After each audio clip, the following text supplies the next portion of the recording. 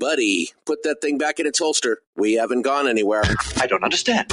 Check out the MichaelDukesShow.com for information on how to get access to the podcast. Welcome to the party, pal.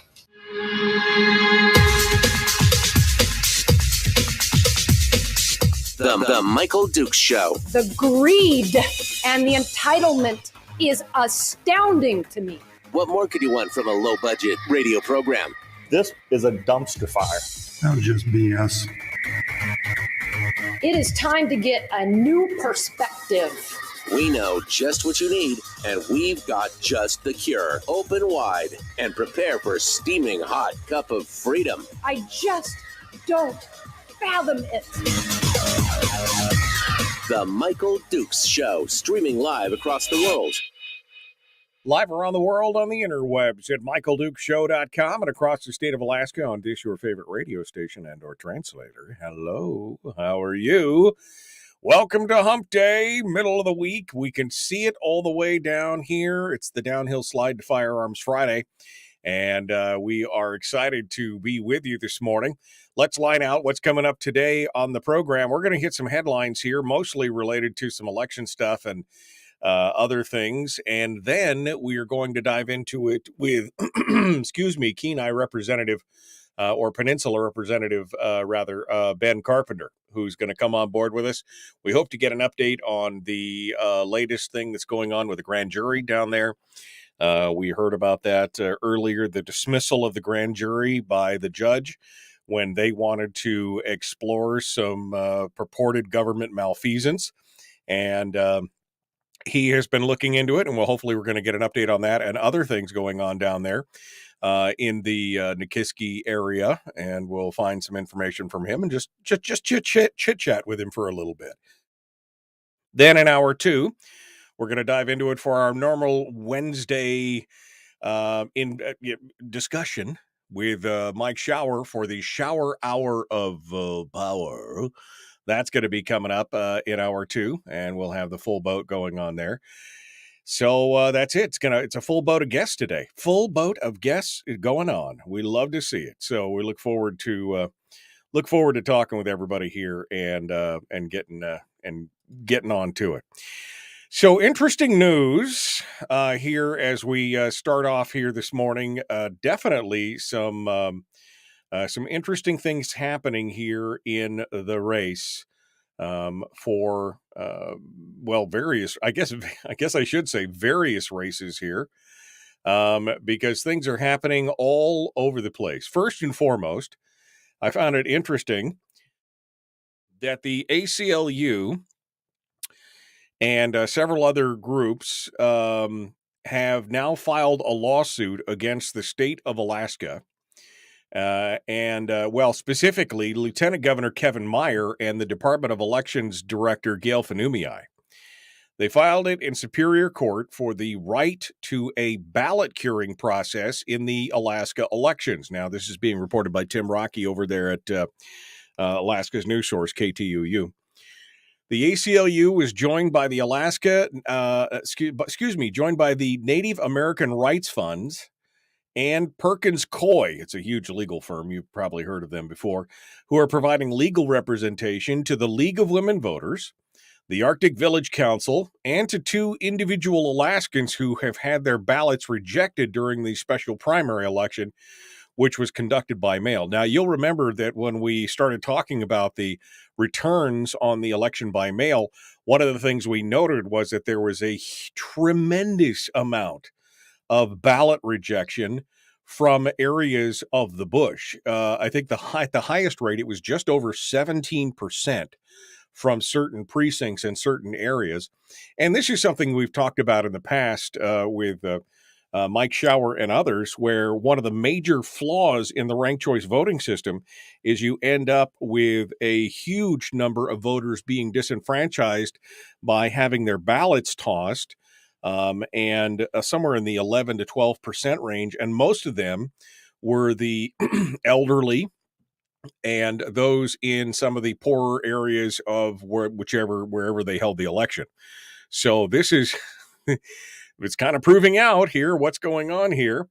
The complaint file states that 24 other states and the municipality of Anchorage already have ballot curing processes in place, allowing for voters who did not complete all the ballot requirements or who made mistakes on their ballots to fill them out correctly without having their ballot open. Affected voters were disenfranchised, says the statement, because they were never given an opportunity to cure the reason the Division of Elections rejected their ballot, even when the Division of Elections discovered the inadvertent ballot envelope errors well before vote counts were finalized, meaning maybe there was no signature, no witness signature on the outside of the ballot. They simply rejected the ballot outright. And that is because there is no process. Now, earlier on, I remember Gail Fanumii addressing this and saying, well, there was no provision in state law. But I would think that there would be some kind of bureaucratic or regulatory thing as the Division of Elections, as the director of the Division of Elections, that they could put together. I mean, 24 other states do have it. So does it require the legislature to take a hand, or is this something that the director of elections, the director of the Division of Elections can put it all together?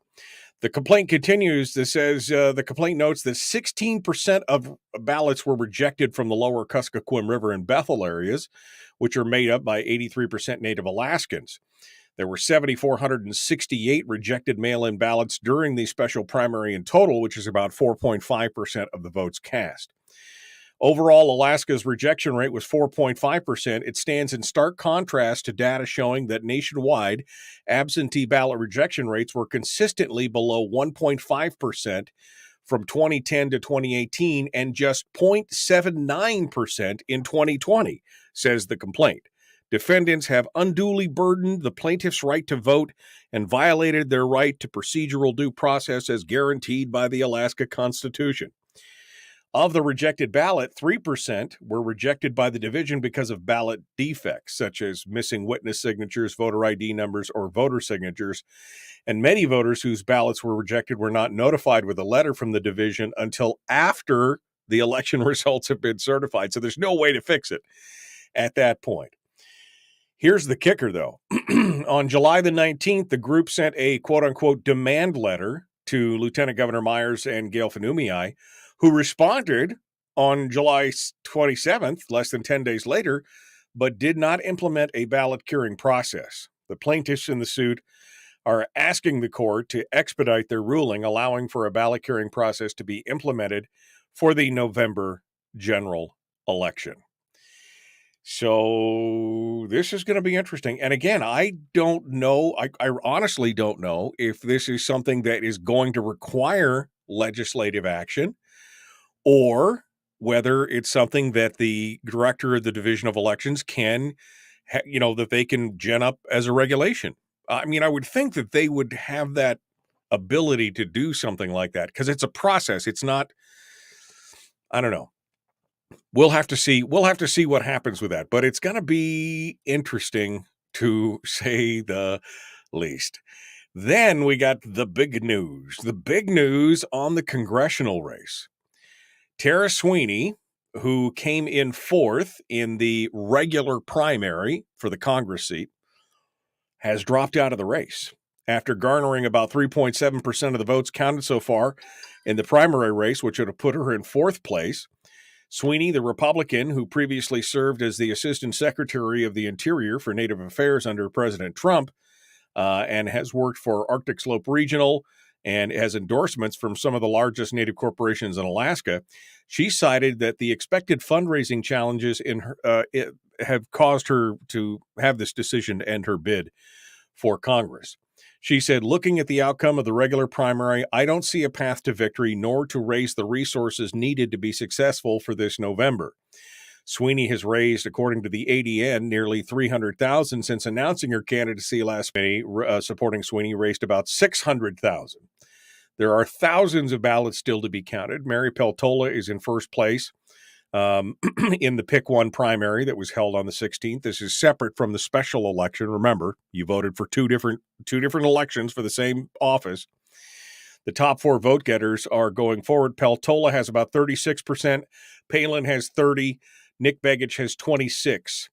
In fifth place is our good friend, Libertarian Chris By, with 0.6% of the vote.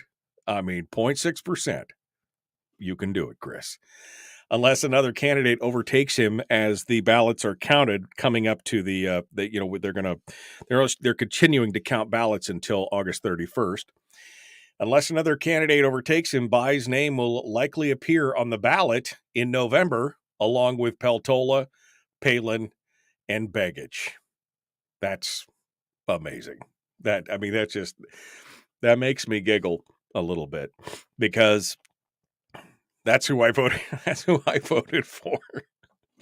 It's a primary, so I always feel like I got to vote my conscience in the primaries. And so there you go.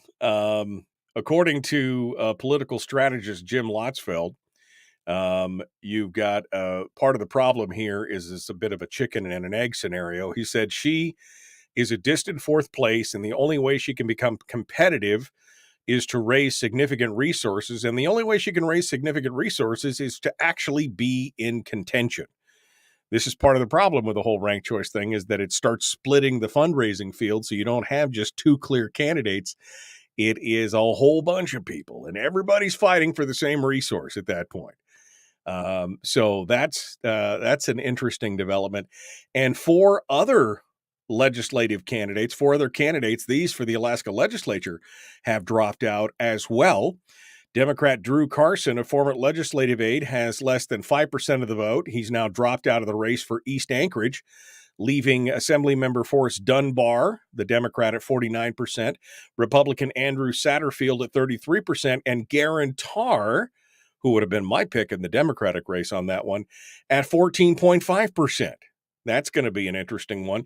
In East Anchorage, Patrick Ian Sharrock, who's a nonpartisan, has withdrawn, leaving a two-way race between Republican Forrest Wolf and Democrat Donna Mears. Wolf is currently ahead of Mears by 130 votes. The seat currently being held by Democrat Liz Snyder, who is not running for re-election. She won her first election in 2020 by 11 votes against longtime incumbent Lance Pruitt. That is the seat now that Forrest Wolf and Donna Mears are fighting over. In Southwest Anchorage, Alaska Independence Party candidate Timothy Hewitt has withdrawn from a slightly liberal-leaning House race. Andy Josephson is in a tight, contested race against challenger Kathy Hensley. Now, this is good for Hensley because Hewitt would have more than likely drawn off of her end of the race. She is currently in the lead in that race, and this is good news, I think, in that race for sure. In Ketchikan, independent Siobhan Meggett was getting less than 4% of the vote before she withdrew, leaving Dan Ortiz, the independent, quote-unquote, breed Democrat, at 51% of the vote, with the challenger of Jeremy Bynum, who is the Republican, at 45%. Oh, it's going to be close. I mean, even with all of her 4% of the vote, that still puts Bynum at 49%. But again, it's just a primary, so we'll see what happens. But we're seeing these candidates drop like flies now. It'll be good to see it get down to 2 or 3 people races, mostly 2 people races. That's really what I like to see at that.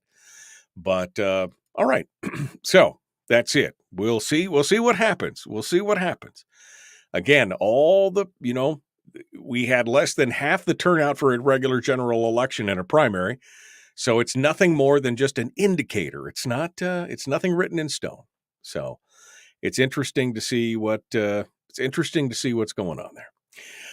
All right, we're up against the break.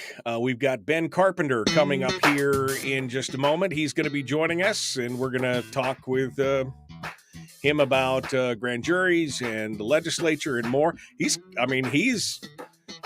kind of got a lot to do this summer because he's running unopposed, so he can go out and take care of his normal business life instead of having to run for re-election. Maybe we'll talk to him about that. What a joy that must be, comparatively, I guess.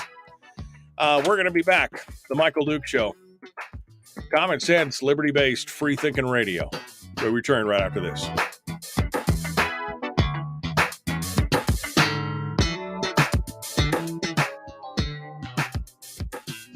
If you missed the show, you can listen to it on your time with Dukes On Demand. Oh, and it's free. Like America used to be. Streaming live every weekday morning on Facebook Live and MichaelDukesShow.com. Okay.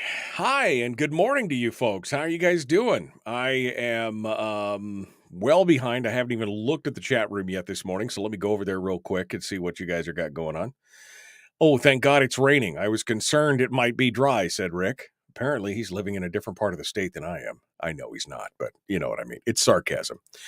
Yeah, thank goodness it was raining again this morning because, after that little dry spell yesterday, I mean, I think I think the grass stopped being damp about 5 o'clock last night. That was the first time. So we really needed that rain overnight.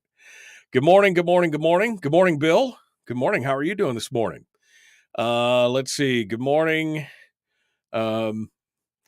Jen. Hey, Jen's in the chat room. She never makes it to the 6 a.m. party until about 10 a.m. That's what you do. You listen on the podcast. You get in there.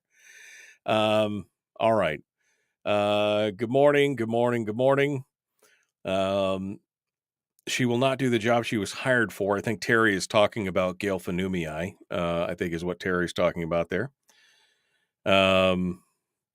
I mowed the yard twice, once wet and last it dried, so I mowed it again. Was looking like, I know. I told my son last night, I said, you should go out and mow the lawn. He goes, I'll do it tomorrow. I'm like, it might rain. He goes, I'll do it. And oh man, it's bad. Shelley says, I am pleased that Chris By will be on the ballot in November. Fingers crossed that Chris will be on the ballot in November. The state does not want Dunbar. I'll tell you, he's destroying Anchorage, says Jen. Yeah, it's going to be crazy, but it is good news for Kathy Hensley. Absolutely. All right. Good morning. Good morning. Good morning.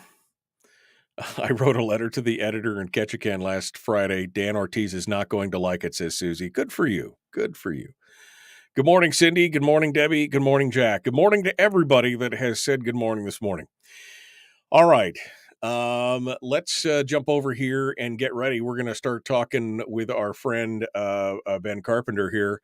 Let's bring him on. He is on the, look at this. It's like we're professionals or something. We got video for everybody. I feel like it. Welcome to CNN. Let's sit down and talk with our latest guest. There's all this new technology. It's pretty fancy, and I'm liking it. Ben Carpenter joins us this morning to talk about, whatever we want to talk about. We're not quite back to the radio yet, but let's say good morning. Good morning, sir. How are you? Good morning, Michael. I'm doing very well. It's good to see you, my friend. And are you, I guess I should ask, since you're running unopposed, are you enjoying a little bit of downtime, getting some work done for your business? And I mean, everything else you've neglected over the last number of months? I am. I have also been spending some time working on a little fundraising and other things with other candidates to make sure that I have a good team down there. Well, I feel a little guilty, but it's not my fault. I know it's not your fault, but I mean, you're right. You have to do it because, hey, great. I go down there 100% of the vote. Look at me. But at the same time, you got all these guys around you. And if they're getting killed, what good is it going to do you to be down there 100% vote for you, but you're going to be working all alone. You'll be standing on the end of the precipice with nobody around to help you out. You got to have some support. Yeah, that's right. We got to build the team. Yeah. That's what we've been doing. And it looks good for the primary election results for the House are encouraging. We definitely need people to show up at the polls, but in November, it looks good. Yeah, no, the disappointment right now is in some of the Senate turnings, but I think a lot of that, again, the primary is just that. It's basically just a taste test. It's not even really a poll at this point. Because it was, pretty low in some areas, pretty good turnout in some areas, pretty low in others. But historically, primaries have always been half of what the general election is. So we'll see how it plays out. We've got another 2 months here to get it all figured out. So we'll talk about that. All right, Ben, we'll hold the line and I will be back to you here in just a second. And we will continue. We'll continue with you here after we rejoin the radio. Folks, go ahead and like and share the show. Like and follow if you can.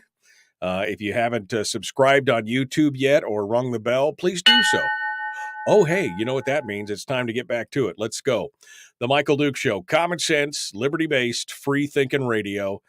Like it, share, like it, share, like it, share. And hit subscribe and ring the bell. Here we go.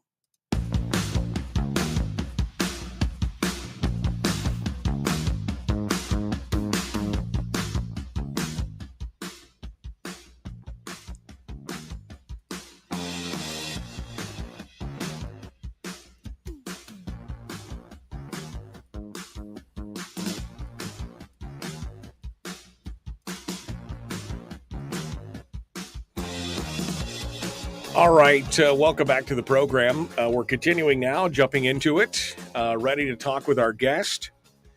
First guest of the show today, and that is Representative Ben Carpenter, who is coming to us live from down there in the Nikiski area. And he joins us this morning to talk about, well, pretty much a lot of stuff. We were just actually chatting during the break about, the need for kind of a comprehensive plan. He may be running unopposed and have an easy path to victory for himself, but that doesn't mean it's good for the rest of the state house of the legislature as a whole. So maybe we'll start off with that before we get into the grand jury stuff and see what he has to say. Good morning, Ben. How are you?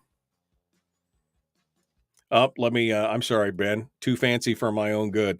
Let me. You chose to mute yourself. There you go. I goofed it up, didn't I? No, it's okay. It's okay. I was like, I didn't mute you, but there you go.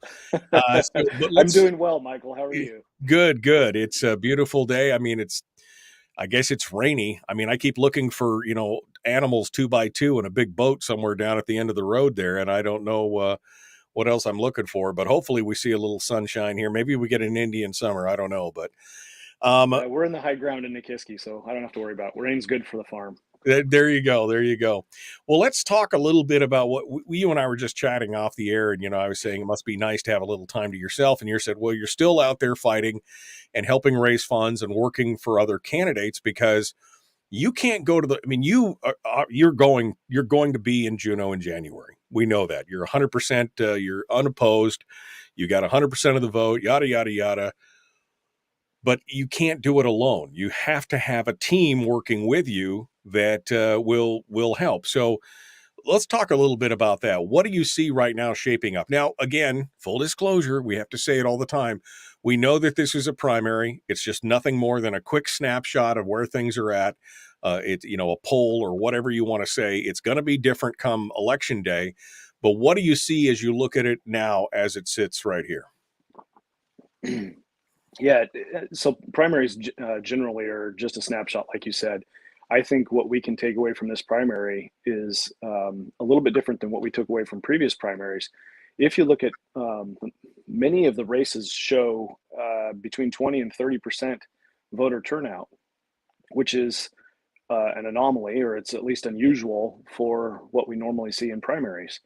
So it may be a larger bellwether of what's to come in November than what we generally speak of, how much credence to give primary results, and situation where we've never done before in November. So who knows exactly what this primary results means. But that being said, I think that if the primary does, the trends hold true from the primary based on voter turnout, then it is looking good for being able to retake the House in November. I'm really optimistic that that's the case. There's a few races, especially in Anchorage, that are of concern and are must wins for us.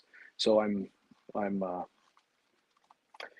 cognizant of that. I'm going to be helping with that as much as I can to make sure that those people win. Now, of course, the tough part, and we've seen that there's some positive movement towards a majority in the House, but the Senate is not looking as rosy as it was. I mean, already a pretty contentious bunch in there to begin with, where you seem to have, it's not necessarily even conservative and liberal. It's more, less government pro PFD, more government no PFD, and then more government help. It's like you've got these different cadres in there. It's really basically pro-government spend versus no government spend. And you're seeing those fracture lines in there, even bigger now on the Senate side. Yeah, I agree with you, Michael. I think it would be really sad to be able to retake the House and then the Senate be the stumbling block with regard to implementing some sort of long-term fiscal plan. It's kind of I've refined my message just a little bit. The further we get into this election season, I look at what's happening around the nation and the creep towards socialism, or maybe the full-scale rush towards socialism, and how much that mirrors or looks like conservatives, Republicans, Democrats, doesn't matter what political party you are, looking to government, whether it's federal or state, to fund their lifestyles, their businesses, that type of thing. Their And pet that's projects, largely their pet it's projects, largely what we've social got justice things. in the state of Alaska. Yeah. Is No, a lack of economic growth. yeah. I've been arguing especially that for non-oil years. economy. I've been arguing that for years, that it's not Democrats versus Republicans. It's not progressives and conservatives. It is pro-government versus no government, or small government. Small government versus pro-government. Private sector versus public sector spend. That's where the thing is. And we're seeing more and more where Republicans are embracing what traditionally would have been like a blue dog Democrat kind of position, where they're looking to government to solve all the problems instead of looking to the private sector, and they're willing to fund the public sector over the private sector. And that's what we're seeing here. It's really not a party thing. It's a philosophy. No, it is a philosophy thing. It's I don't know. It's kind of like low expectations, right? We're not expecting anything greater out of Alaska, so let's fight over the pie. We should be talking about growing the pie, not how big my slice is going to be. Right. No, I agree totally. And that seems to be, I mean, we've lost the long-term vision. I mean, there is no more. It seems like we're always, and I've made complaints about this for years, that we seem like we're always planning for the next election cycle. We're never having a plan that's 5 years, that's 10 years, that's 20 years down the road. It's always what happens between now and 2 years from now, the next election cycle. And that's as far as long-term vision in the state seems to be going. That some have a long-term vision, and it is to use the permanent fund to fund state government. Yeah. And that is their long-term vision. And I would argue that is a death knell to economic growth within the state of Alaska. If the legislature doesn't care about economic growth because the state budget, the state government is funded by investment earnings, what incentive is there for policies that promote economic growth where most people work? I mean, most people don't work in the oil industry. Good paying jobs are in the oil industry, but most people work in the non-oil economy. So if that's where we want to see growth, if that's where we're expecting our jobs to increase and economic activity to happen, then why would we expect the legislature in the next decade to care that that's going to grow if the legislature is able to fund its government off of the permanent fund earnings? It's ridiculous. It's a Right. short-sighted vision. Well, and we've seen more and more people talk about that, right? I mean, this dream of $100 billion permanent fund. Oh, but that's now, then it was 105, and now it's $120 billion permanent fund, because they know then it would spin off all the money they need to continue to grow government and not have to involve the public at all in it, just for that government growth. That's what they care about, making sure they can spend the money on the government they want, and nothing should stop that. That's why they don't want to give you a permanent fund, because they want all that money to pour back into the fund corpus so that it continues to grow the nest egg, so it can spin off and produce more government. What did we hear this last legislative session? The greed, the entitlement, it's astounding. The greed and the entitlement is, in fact, astounding.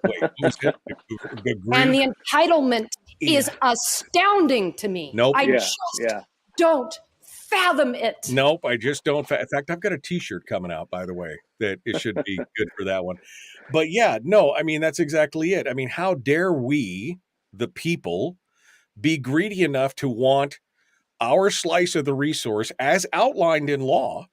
How dare we want that when they know better than we how that should be spent, that the government should just sit down and shut up children and let the adults talk in the room? That encompasses that whole comment right there. That whole diatribe is basically, shut up and sit down, children. We know better than you how to spend your money.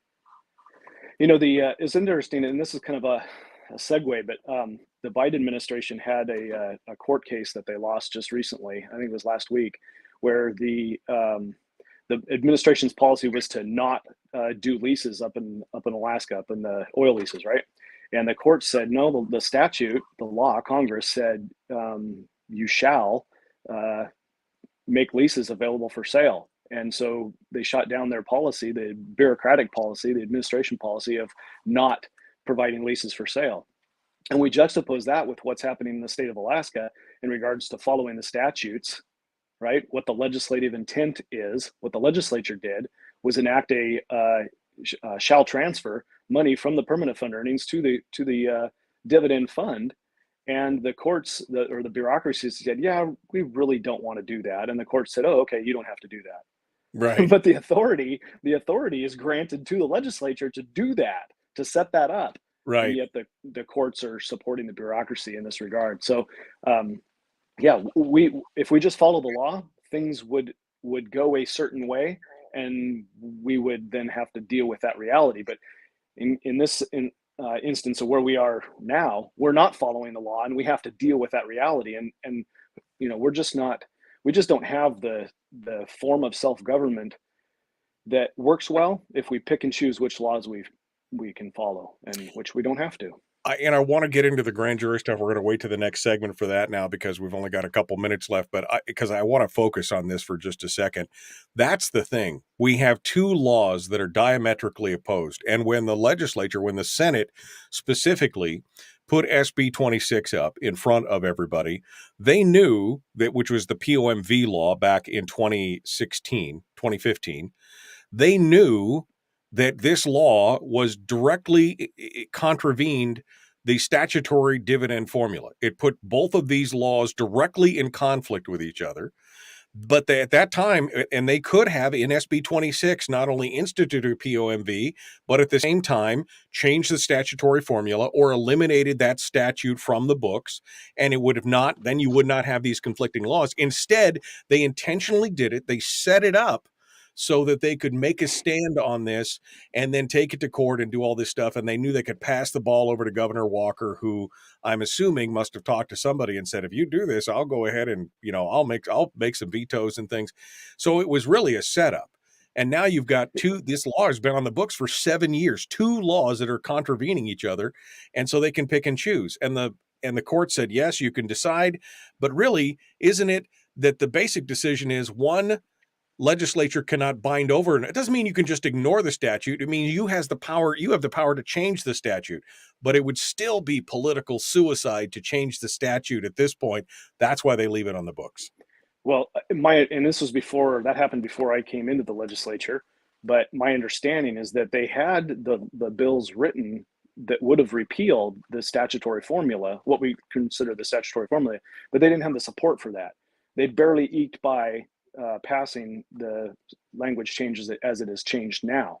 And what people need to realize is by going to the POMV formula, yeah, we may have stabilized the amount that comes out, but we have also created a mechanism by which we draw down the fund if we have too many bad years in a row. Whereas if you were going with a statutory formula, 21% of net earnings, you're never ever going to draw down the corpus of the fund because you're only ever going to draw from 21% of whatever the net earnings were. And if you had zero net earnings that year, you would have zero PFD. We've seen and that's the way that it should be. Well, that's the thing. I mean, the statutory formula has built into it that buffer against the market swings, the ups and downs, that 21%, which equates to a 5-year rolling average of the earnings of the fund. So we saw that in 2000 and whatever it was, 2010, when the bottom fell out, or 2007, when the bottom fell out of the markets, and we saw the dividends drop precipitously, like by 2/3. And then for 5 years, it slowly eked up until that 1 year of bad earnings fell off, and then the dividend leapt back up. So we never were in danger of depleting the corpus of the fund or depleting the earnings reserve account that accounts for part of that corpus. And instead, it was there. But this POMV just takes a set amount, regardless of if we make money or lose money. It just takes that set amount year after year. It's a dangerous formula in the long run. Yeah. And it's just, it just supports a long-term vision that's short-sighted, that says, you know what, our economy is never going to grow. We aren't going to grow our economy. And so we need our state government more than we need economic growth with that money, right? Because if you're spending 50% of the earnings, however you figure them out, but if you spend 50% of the earnings on the private sector through dividend, but if you're saying, hey, that needs to go away, it's a greater priority to fund state government with this money, then you're just saying we don't want to see economic growth. We want to see earnings growth and government growth. And it's a short-sighted long-term vision. Ben Carpenter is our guest. We're going to continue with him here in just a moment. We're going to talk a little bit about the grand jury stuff that was going on. He brought to our attention here a couple weeks ago that a grand jury was dismissed by a judge after they said they wanted to look into reports of government malfeasance. And that is unconstitutional. Ben brought that to our attention. We'll see if we get some updates on that. We will continue with more. It is The Michael Duke Show. Common sense, liberty-based, free-thinking radio. We return with more right after this.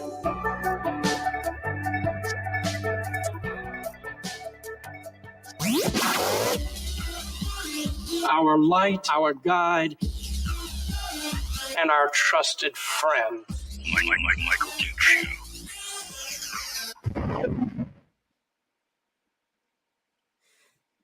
We're in the break right now, Ben. I still have this. I all I can think of because I had just come down to Anchorage.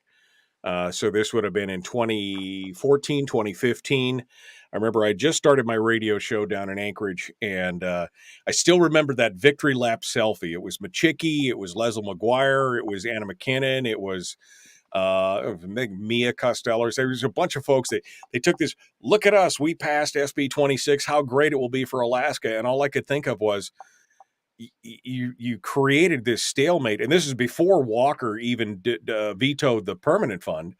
And I said, you've created this dichotomy of these two laws that are in conflict with each other, and you just didn't have the chutzpah to touch the formula because you knew it would be sudden death. And I was shocked. I'm still shocked to this day that it went through and that nobody bothered to fight it in that regard. Yeah, that was all marketing, right? Oh yeah. Oh, definitely. Look at us. Look at what a good thing we did. Ha ha. Yeah. Yeah. No, it's pretty crazy. And I remember that was my first interview with Peter Machicki that I'd ever had, and I asked him because then Senator Dunleavy had put forward an amendment that they should vote, that they should put it before a vote of the people, before they have POMV go in and become the law of the land, that either they should repeal the statutory or they should at least have the people have a vote on the POMV. And I asked Senator Machicki, I said, why wouldn't you have? And he goes, well, people would vote with their pocketbooks. And I'm like, well, they always vote with their pocketbooks. Are you kidding? Like it's some kind of bad or evil thing that people would want to vote with their pocketbooks, because he knew that the majority of people would be opposed. This, again, is that politician's disease of we know better than you how to spend your money, so just let us do our thing and shut up, right? Yeah. That's exactly it. And basically, you can't blame the legislature, right? The legislature, its purpose is to spend money. Largely, that's its only constitutional purpose. And we have basically 3 pots of money to spend it from. So every year we're going to squabble over how to divvy up that pie unless we have enough people with a vision that is one of economic growth, and Right. instead of just divvying up the pie. Well, and this is the important, I think, of the con, and we got about 3.5 minutes here to talk about it during the break, I guess. But I think, and I agree. I was a little hesitant at the beginning. I was worried about opening up the Constitution, but I'm now in agreement with Shower that basically there is no political will in the legislature to fix this. The only way to fix it is for the people to fix it. What say you on the con? I mean, do you agree that that's the only way that we're going to get this fixed because there is no political will? Yeah, I agree. If we're saying, is there will now, looking at the results from the primary election, and I see that no matter how this election happens in November, there's not going to be a super majority one way or the other. So the only way that we're going to get any sort of stability within our government is to do it through a constitutional convention. We're just not going to get it through the legislature, and that boils down to the ability to pass resolutions within a convention is a majority vote, as opposed to passing resolutions within the legislature that is a much higher threshold. And I think it's 2/3 vote, maybe it's a 3/4, but anyway, it's a higher threshold. So you're never going to get there unless you've got a super majority. Right. 3/4 vote for the constitutional amendments. I mean, it's a very, very Yeah. high bar. Yeah, Um, 3/4. and yeah, and what would be nice, especially if we held the con during the legislative session. Of course, you wouldn't have any legislators trying to be nominated. And in fact, I think that there is a prohibition on active sitting legislators being delegates to the Constitutional Convention. But that's not to say that previous legislators couldn't be. So, I mean, it's definitely going to be a political process. It'll be a lot of political zoo. But the good news is that whatever change they propose still has to go before the people. And so the people still get a say in that. So even though there is a danger in opening up, because who knows, they could get into it for right to life. They could get into it for, you could do all kinds of things. But putting the PFD formula into the Constitution, putting a spending cap in there, adjusting and modifying our judicial nomination process, all those things. I mean, the only way we're going to get it done, I think, is via a constitutional convention. Well, even if you are passing a resolution to change the Constitution within the legislature during a normal business, normal session, it still has to be voted on by the people. So basically what we're saying right now is by not passing those resolutions is we don't want the people to vote on it. We don't want the people to have an opportunity to say yes or no on this issue. And because thus, people the requirement to have a constitutional convention. Right, because people will Because they vote with their pocketbook, They right? vote with their pocketbooks. That's what I mean. It was so shocking to me when he said that. I was just like looked at my screen like, what? All right, we're coming up on it. Go I ahead. seem to remember a famous quote that said something about it's the economy, stupid. It is always about the pocketbook. It is always about the pocketbook. All right, Ben Carpenter is our guest. We're jumping back into it. We're getting ready to go. The Michael Duke Show, common sense, liberty-based, free-thinking radio. Please share the show, no matter where you are, and like and subscribe.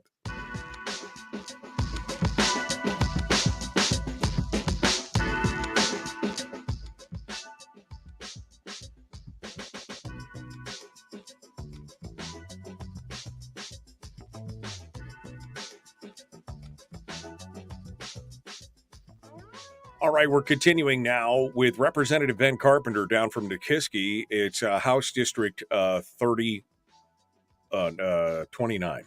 right? 30. You're 30. 30? I am 29 currently. 29 currently, right. Okay. I am so confused. Every time they read district, I lose my mind. So you're 29, but then you're going to be something like 7 or something, right? 8. There you go. I knew I was close. Because then they just flip it from one side of the state to the other. They flip it top to bottom, and so you can never figure it out. All right. So Ben Carpenter, you brought to our attention here not too long ago the fact that the grand jury, which is one of the only citizens' bodies that really, it's really the oversight for government in many ways. A grand jury is very important. And you talked about a grand jury that was seated in Kenai, and that they had finished the majority of their work that had been brought before them, but the grand jury himself has the constitutional right, if there is evidence presented to them of government malfeasance or misconduct, that they have the right to bring that information before themselves and to sit and to judge it and to see if there's something that's indictable in there.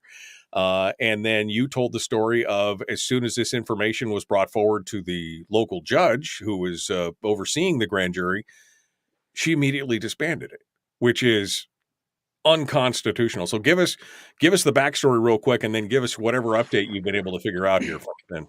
Yeah, so there have been, that I'm aware of, there have been 3 separate instances in the last few years about either the executive branch through the prosecuting attorney or the judicial branch through the presiding judge stymieing or prohibiting or preventing an investigatory grand jury. And some of that has been process related, meaning the jurors have brought up an issue during the process of deliberating on another issue. And so there's a conflict between what they should be focused on right now. So it's a question of timing in the past. Right now, we have a grand jury that is investigating some matters that previously there was not an investigatory grand jury allowed. This is something that the district attorney in Kenai is working through, and it is something that the attorney general supports. the issue that this has all revolved around has been Mr. Haig, and he has brought some allegations forward. Mr. Haig has had an ability to sit and present his information to a grand jury. That information was shepherded by the district attorney, and the grand jury is deliberating right now. It isn't something that the grand jury is going to make an announcement on. So the public is never allowed to know what happens within a grand jury. It's a secretive process. So we kind of just have to, we will know with the absence of any sort of indictment or report that comes out of the grand jury, what the grand jury was thinking or which direction they decided to head with their investigation. We would also know if the prosecuting attorney presents an indictment and the grand jury acts upon that in a positive fashion or a fashion to forward that on to the court for action. But if the grand jury receives the information, or they have received the information, and they decide to do nothing with it, then there wouldn't necessarily be a report or any kind of acknowledgement to the public that something was done. It's just a secretive process. Which, so in that regard, but I think it's a good thing. That is just yeah, that's a good thing. That is a protection against abuse for for the general public and ruining people's lives and reputations. Now, the reporting that you said earlier was that the local sitting judge had said no, she had gone ahead and she had basically dismissed that grand jury. Is that the case? Is that not the case? Is there something else coming up? Give us some, tell us what's going on here. Yes, it is the case. That is the case. My investigation and my best information is that did occur, and it is possible that incident is part of the deliberation of the grand jury. Again, I'm not a part of the grand jury, so I don't know for sure. So there is wait a second. So there is another grand jury. So we're talking about two separate panel juries here. So the one was dismissed. No, we're not. Okay, same one. I'm sorry. I misunderstood you. Yes, you're right. The grand jury that was dismissed on June 29th remains dismissed. There has been a second grand jury impaneled, and that grand jury has had information presented to them about public corruption and is doing something with it. Okay. We don't know what they're doing with it, and we don't know exactly what line items that they're looking at, right? We don't know. It is possible that what happened on June 29th is part of the allegations or the thing that they're investigating, but we don't know for sure. We'll have to see what the results are of this grand jury to know whether there was something there that needed to be investigated and further. Now, my argument is it's not. There are people willing to sign affidavits, legal documents, and swear to the fact that the judge stopped them from investigating after the grand jury decided they wanted to have more information. If that's not dealt with, then in this grand jury that's currently investigating, then it needs to be dealt with in another manner. And that may be up to the legislature in the next session, or a special session if we wanted to call ourselves in, which is not going to happen this year. Right. It would be fully within our purview to do an investigation by committee in January or sometime next session to get to the bottom of this, because a judge cannot be allowed to tell a grand jury who's decided to ask for information that no, you can't do that. That is not constitutional. They have a obligation by statute and by constitution to look into, to investigate into public welfare and safety. And in my mind, that includes government corruption of all sorts. Well, and I think this is the double-edged sword of the privacy we were just talking about. I think it's good that if information is brought up and something is brought up before a grand jury and they decide not to indict, then that whole thing just basically is sealed and it goes away and nobody ever hears about it. But something like this, it was so blatantly unconstitutional. This should be raising eyebrows from one side of the state to the other. And I know the Attorney General was looking into it and everything else. We can only speculate that that's what the current grand jury is looking into. But to me, when you laid this out, it was very shocking that a judge would basically just say, "Oh, you're looking at government corruption? I'm sorry, you're all dismissed. Have a nice day." Yep. That's exactly what has happened. And thus far, we don't have resolution. It isn't. I don't know whether it's going to be resolved through this grand jury process that's occurring right now, because there isn't a level of transparency that allows anybody to know. The results will tell us whether there was action taken by the grand jury, and we have to remember that a grand jury can issue indictments, and that means that the prosecuting attorney would then have to act upon that. But the grand jury can also issue a report, which is less than an indictment. And per Court Rules 6.1, that spells out kind of how you do the reports, there can be evidence of criminal activity highlighted in a report. It just isn't, it doesn't rise to a level, or for some reason the grand jury decided not to indict on it, but it can be alleged in that report. And then there's a process for that report to be created, which the judge has to take into account, also protecting people's reputations and whatnot. So some of that report may be redacted through that process, but there can be a report generated by the grand jury on what their deliberations, what information they want the public to know about their deliberations, and that doesn't rise to an indictment. And there is no timeline on this, I'm assuming. I mean, it's just within the time of the grand jury, or is there a timeline we can look at? We're less than a minute out now. Yeah. So by the court rules, they have 4 months, I believe.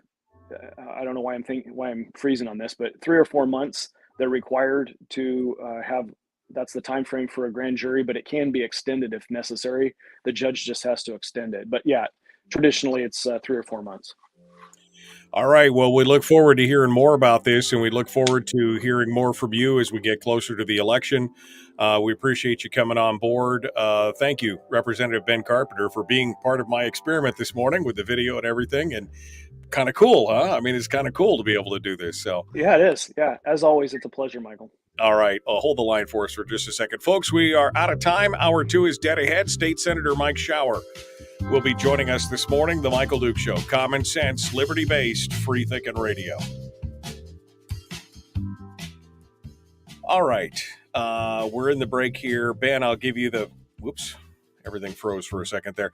I'll give you, a chance here, final bite at the apple for final thoughts this morning. I'm encouraged to hear, first of all, before I let you free here, I'm encouraged to hear that there is a second grand jury. That's good news. And the question then becomes, is it the same judge that's presiding over this one that was presiding over the other one? And I have a lot of other questions, but it's good to see at least that some folks are listening to what's going on. So here's the other piece that's critical in this regard, is that the information that has been presented to the grand jury currently is information that the district attorney brought to the grand jury, supported by evidence from another individual that the grand jury decided needed to be the witness.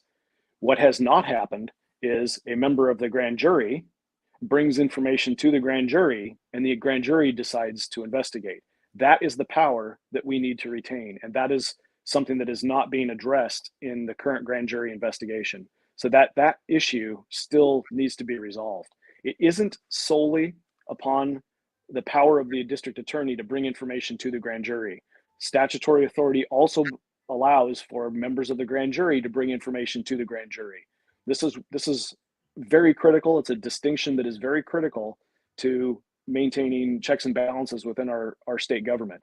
We have to retain the power of the 12 individuals on that grand jury to decide on their own, with their own information, to conduct an investigation if the majority of those members decide to, regardless of whether the district attorney wants it to happen, regardless of whether the judge wants it to happen.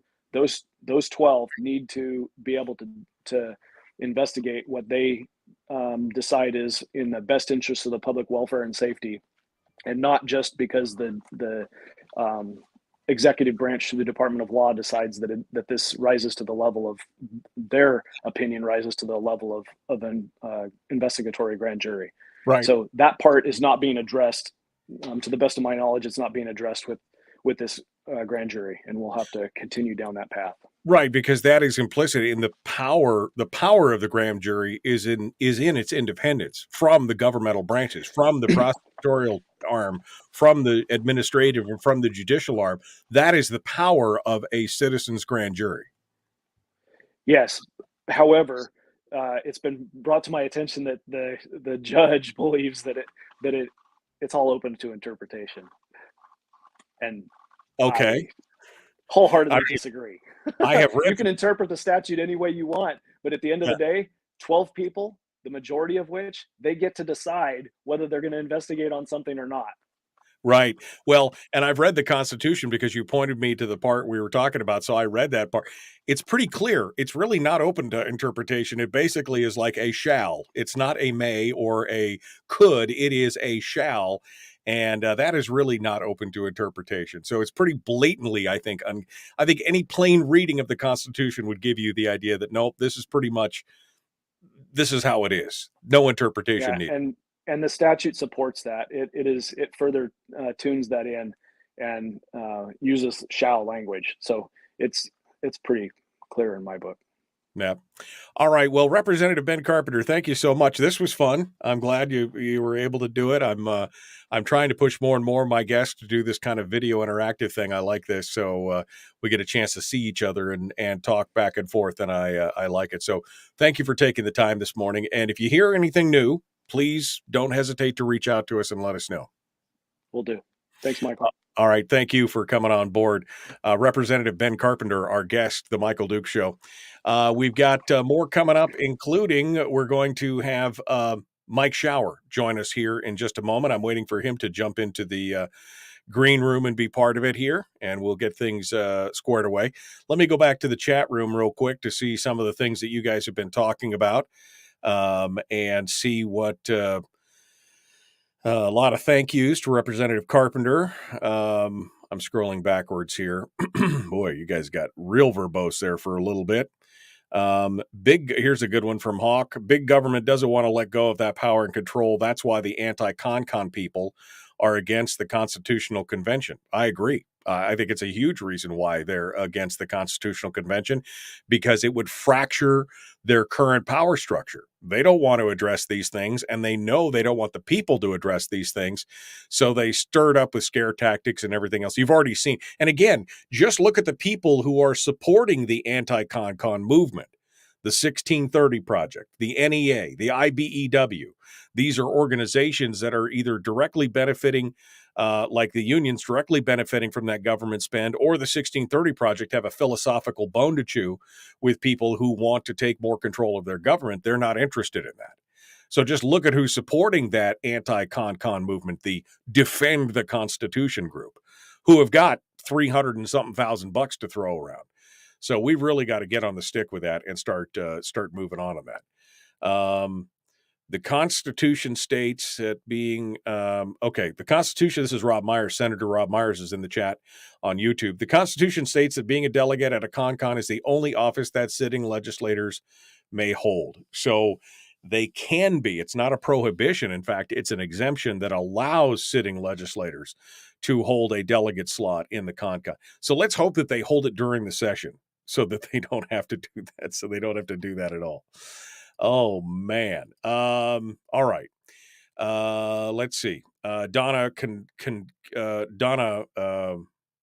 she contradicted me here. It wasn't 3/4 vote. It's 2/3 vote for the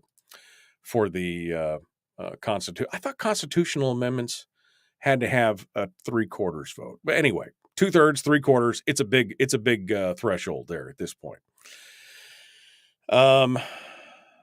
Kevin McCabe, the power of private money in the economy cannot be overstated. And that's the problem, is many of these people, they don't care about the private money. They don't care about a lot of that stuff.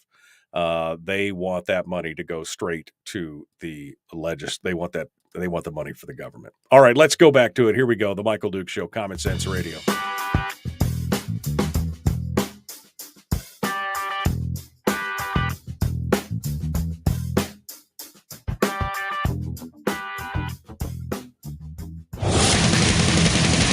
Whoa, Buddy, put that thing back in its holster. We haven't gone anywhere. I don't understand. Check out the MichaelDukesShow.com for information on how to get access to the podcast.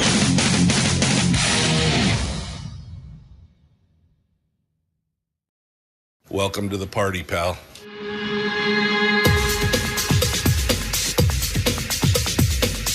The Michael Dukes Show. The greed and the entitlement is astounding to me. What more could you want from a low-budget radio program? This is a dumpster fire. That was just BS. It is time to get a new perspective. We know just what you need, and we've got just the cure. Open wide and prepare for a steaming hot cup of freedom. I just don't fathom it. The Michael Dukes Show, streaming live across the world.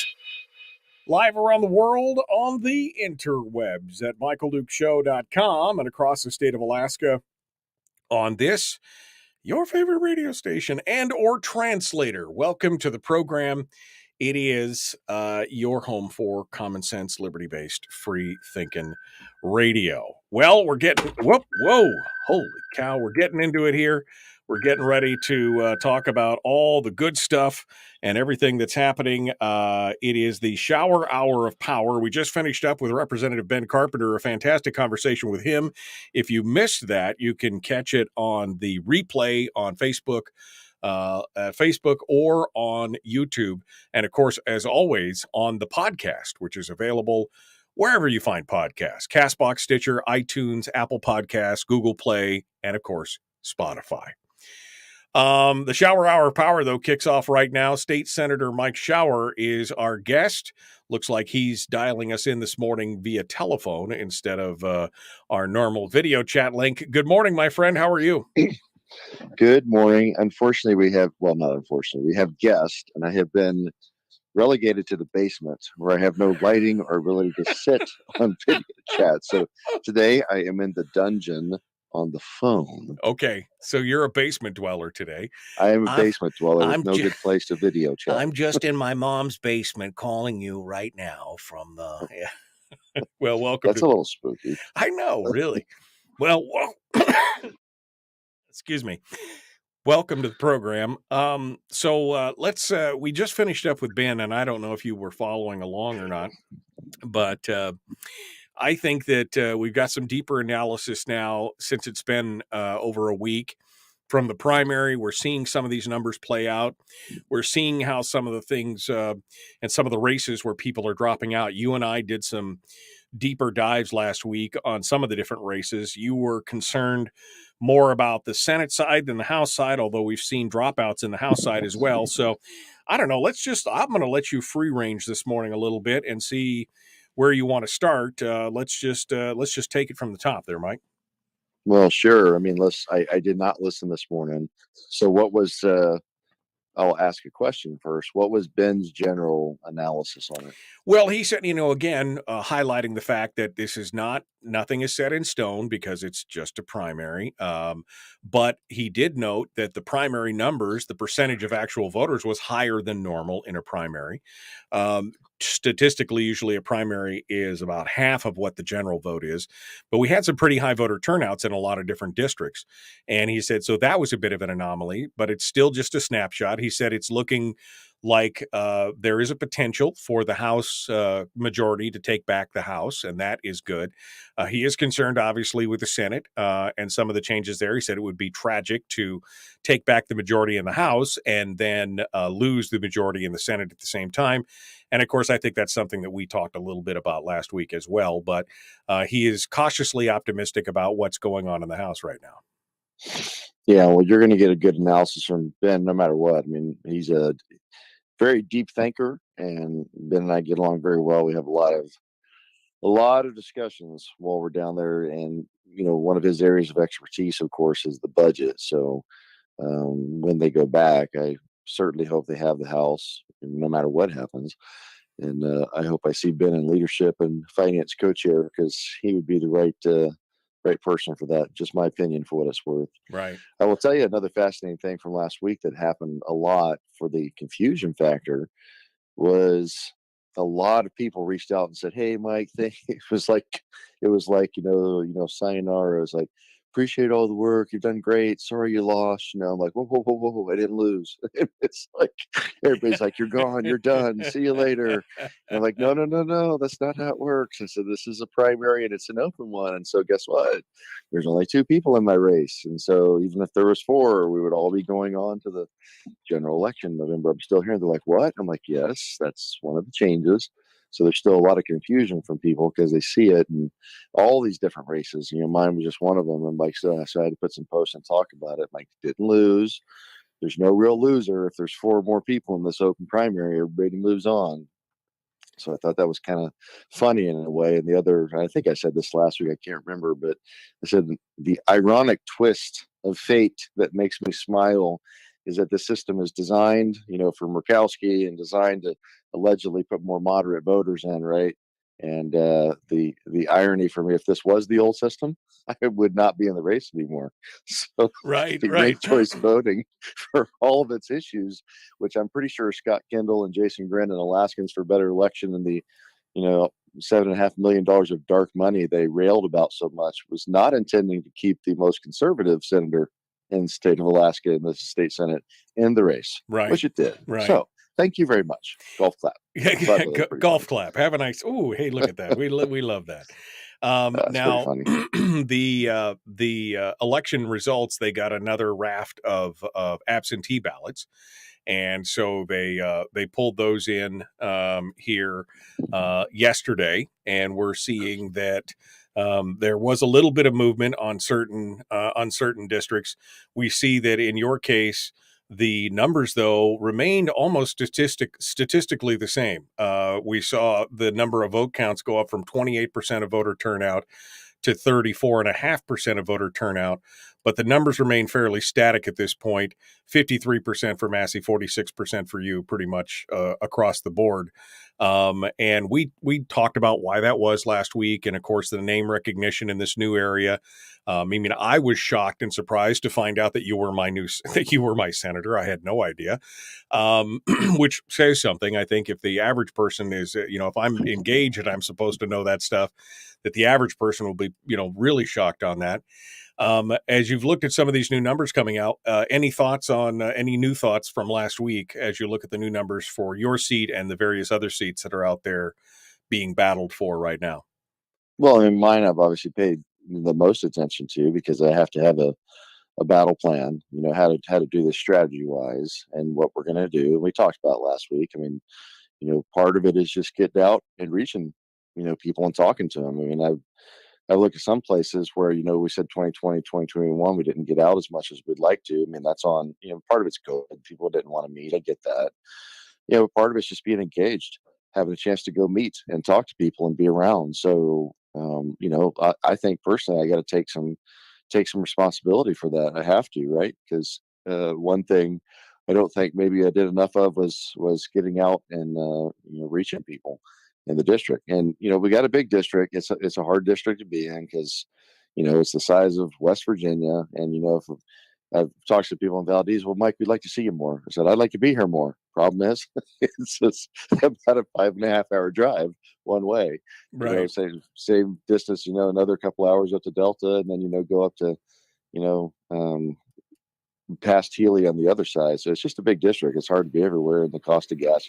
Those are just, complaints, of it's a big district. That's part of the job. You got to do that, right? So I think part of it is getting out and, losing Delta Junction and Glen Allen, which was very conservative, and voted, I don't know, like 80% rate for me last time. That was a tough loss. Is what it is. That's how the lines went. But being drawn into Massey's backyard, that's an issue for me, and I have to do the work. I have to get out and show people, who I am, get them to know my stances, my positions. There are significant policy differences between him and I. But I'll tell you, this is interesting. It's a name. He's got a name and he's relying on a name, and I'm drawn into his backyard where his family's been for half a century. And I'll give you a good example. One of the guys that's walked in praise with us this year, there's him and his wife, very supportive. It was funny. We had done some walking and going around a couple earlier or later last week. We're sitting there, and we're at one of the bars here. We had dinner just to stop by and say hi.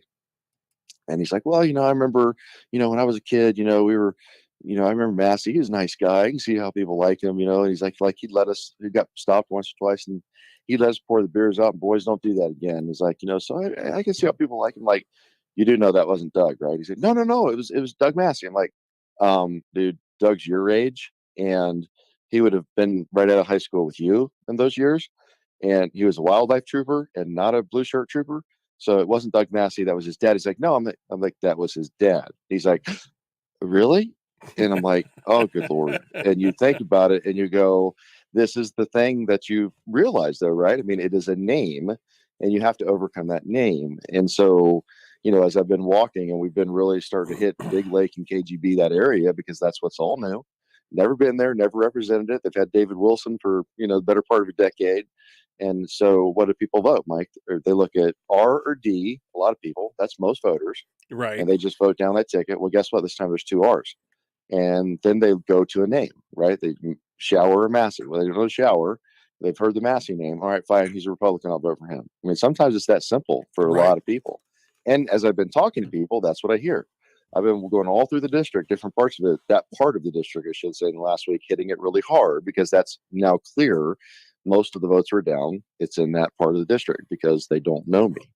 So that's our mission. For the next 60 days, 2 months, we've got to hit that hard, walk in the neighborhoods, talking to businesses. And that's the consistent thing. People just go, oh, well, okay. And you get a chance to talk to them and show the positions, talk about the differences between he and I, and you can win people over. But that's, I think, the challenge for me, Mike. And that's a long, deep dive since you said we could free reign on it this morning. But I think that's a lot of it is name recognition, new district. I've got to do the work.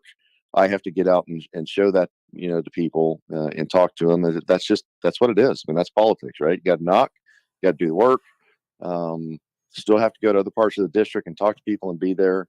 And that's all on me. That's my job. So, and we'll see how it goes. I mean, it's 500 something votes, I think, Mike. It's not unwinnable by any stretch. And I had to laugh because it's the same. Did you know, Mike, that I've had a meltdown? I've been melting down in the last week. Did you know that? I hadn't heard. Yeah, all of these radio programs I've been on radio, which would have just been yours last Wednesday morning, like we normally do. But all of those radio programs and on Facebook, which I had to go back and look at myself, I could not believe all of the meltdown I was having on Facebook. I'm distraught and screaming like a petulant child about it. That was Jeff Landfield. And he's like, Shower's having a meltdown on the radio and Facebook. Wow. And it was like 2 whole sentences or 3 sentences, but I'm like, a meltdown? Really? Well, Jeff? Wow. I'm like, drama much? I'm like, holy cow. He's like, he's losing. He's in trouble. Yeah. He's having a meltdown. I'm like, all right, man, whatever, dude. So Jeff is the king of hyperbole at this point. I mean, I just laughing. I'm like, Jeff, have you? It's a plethora, Pepe. I do not think it means what you think it means, Jeff. Exactly. No, it's pretty crazy. Well, I will applaud your strategy of going out through the KGB area, because what most people don't understand is, I live out here, so I kind of have a little bit of an understanding of it. This is one of the most densely populated areas in the state. There's a reason why Kenai Bay Road is one of the deadliest roads, is because it has such a dense concentration of people on this one single road. A lot of them are commuting, into Anchorage. This is a bedroom community of Anchorage. And so you've got, 25 or 30,000 cars a day on there. So there's a huge chunk of people here. 500 votes in the long run. If you look at the number of people who are in this district, 500 votes is not much. And so while the numbers may look, bad on paper, again, just the reminder that this is just a poll, basically, or a snapshot. When you're talking about the difference of 500, 600 votes out of an area that's got 30 or 40,000 people in it, that's not a significant amount in the long run. It's something that definitely could be overcome. Well, of course. That's the whole thing, right, Mike? You got to look at this and from a statistical dead heat, perspective, which is kind of where we're at on this one. But like I said, you go back to, if you go to the, look at the numbers, most of the district we were either pretty much just about tied or I was ahead most of the district, right? With the exception of like, downtown Talkeetna and Valdez, but we already knew that they're not conservative bastions. So, but where was I behind? Where 90% or so of the votes that I'm behind? Big Lake KGB. Yeah. I go back to, they don't know me, never representative. A lot of them haven't heard my name, but they've heard the Massey name. Probably not Doug Massey. They've heard, Dallas Massey or Mom, who's owns a, hair salon down there for many, many decades. So of course, a lot of people, and Massey last year bought a bar down KGB. So it's a name and it's a recognition, and that is a political thing, right? I mean, that's what people will vote for. That's not an assessment on anything other than that's just human nature, right? So I have to overcome that. That's my job to do that, and I'm the one that has to do. So you see.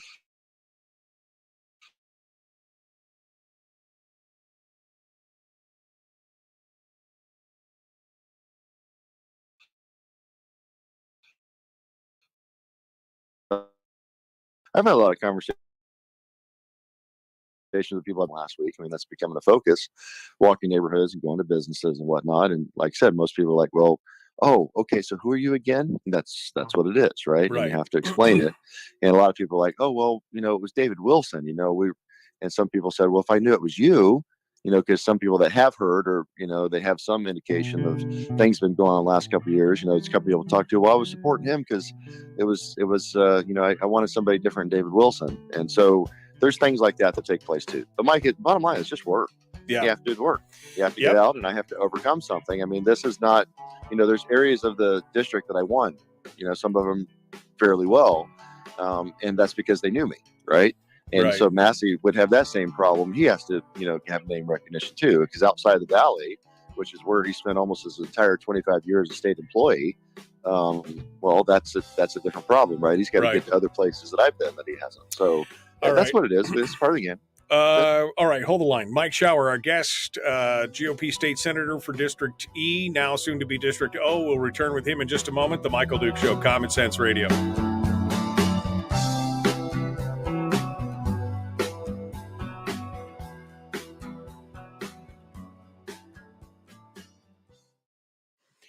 All right, we're in the break right now. Mike Shower is our guest. Somebody who was asking in the chat room, MikeShower.com is his website. If you want to go over there and you want to donate, you want to volunteer, you want to whatever. I saw that somebody, I think Jonathan said that my wife has call her back. She wants to volunteer. He said, we were in your district, Mike, and they took us away from you. So, I mean, the Lord giveth and the Lord taketh away, apparently, because they took him away from Jonathan and gave him to me. So that's where we're at. So we'll talk about that. Michelle always tracks, she's watching, and right.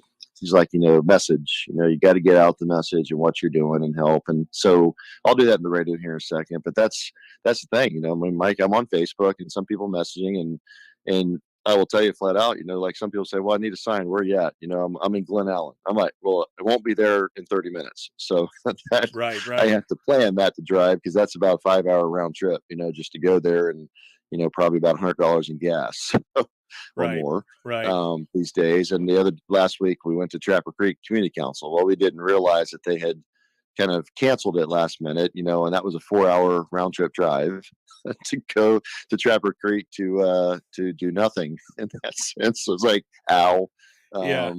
Just from the cost of doing things. So, I mean, you look at it right there. I mean, that's 9 hours of driving, and that's not even halfway through either side of the district on the other side, right? So, and again, that's just, people go, well, shut up, Mike, that's your job. I get it. I understand that. I'm just saying that's the problem of somebody says, well, hey, I'd like to have a sign, or I'd like to do something. Well, I can't just get there. Like if I was downtown Wasilla or Palmer, like the two other senators here, lucky them, somebody says, hey, I need a sign. All right, I can be there in 15 minutes, because it takes about 20 minutes to drive across their district. So right. It's a little bit more of a daunting challenge. I have to plan to go places and I'll be there for a day or two. And that's I may not be there again for weeks because Right. that's, then I have to do it on the other side of the district, Right. So, Well, when you've got a district that's the size of Rhode Island, it's not surprising that you have actually, Rhode Island is small. It's actually it's West Virginia. West Virginia. Okay. All right. It probably looks like I wish West I had Virginia. one the size of Rhode Island. That'd be great. Right. Exactly. So, but if folks want to find out more and stuff, they can go to your website and they can donate money and they can get signs and do all that kind of stuff. Right. Yeah. So that's the thing, I think we'll talk about next, Mike, for this is that, when you look at the comments and others and say, here's the deal. I have MikeShower.com. We had to buy the website. You got to buy your name these days, right? So that's the website people can go to. That's got donate, volunteer, what I stand for, dates of places I'll be, endorsements, all those kind of things. So MikeShower.com. That's one. People can reach out because I have the Mike Shower for Senate page.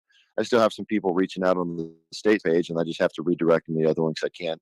It's not appropriate ethically to talk about it there, but I have, like 4,000 people about following. So, it'd be nice if I could do that, but, some people still reach out. You just don't know, and that's fine. But we'll talk next, Mike, about what, the things I need. Donations are nice. I'm self-funding as much as I can, but there's a limit to, I still have a family to, pay for and a house. But donations are nice, but what I need more than anything, really, is Mike. You need that small army, right? You need the manpower. Right. I need people to help. Put out signs, talk to your friends and neighbors and coworkers. Spread it on your social circles, and maybe share bidding stuff about me on your own Facebook or Instagram or whatever, and knocking doors on neighborhoods. That kind of stuff. That's really what's going to help me, I think, get over the hump. Is talk about the message. What do I stand for? What have I done? Because I have a record, right? And what I'm planning on doing, and then convincing people and saying, hey, no, Mike's the guy. I know there's two Republicans, but here's the positions and the differences and why we think Mike is the better fit for going back, to Juneau. So we'll talk about that. I mean, I know we're going to ding here in a minute probably, but we can take that to the radio next. But I think that's the important thing is telling people, look, I need two things. I need some help, financially to be able to saturate and flyers and all the stuff that comes with, that doing that, but also that small army that helps you get out the message and help show people why I'm the right guy. I think that's the two big things from a people perspective. Yeah, see, you can't hear the ding because you're on the phone. That's how it works. But we just dinged. We just dinged. See, so, I knew it. Internal clock. There you go. We just dinged. We're ready to go, folks. We're going to jump back into it. If you can, please share this show. No matter what platform you're on, you can share it. And then like and subscribe. Ring the bell. Here we go.